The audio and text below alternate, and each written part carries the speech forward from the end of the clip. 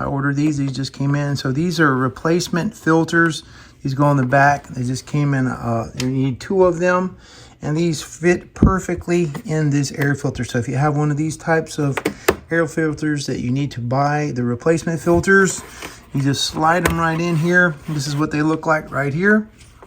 The other ones were just so dirty. We had cleaned them off a few times, but these are, you know, disposable. You're supposed to try to get new ones to put into them to keep it going. So these work really well. And these filters, if you can't find them in your local store where we purchased, I think originally, but these work just fine.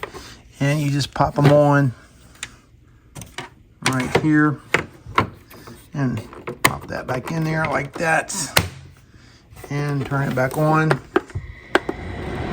There you go. So this is air filter replacement. Let me see, let me turn it off. Get this button off of here, I think. There we go. All right, so when it's dirty, the light, well, it's not dirty because we just, maybe I need to hold it in. There we go. All right, great. So, replacement air filters for the Honeywell air purifier that you may have already. Again, this video is only for the replacement filters, not for this, okay?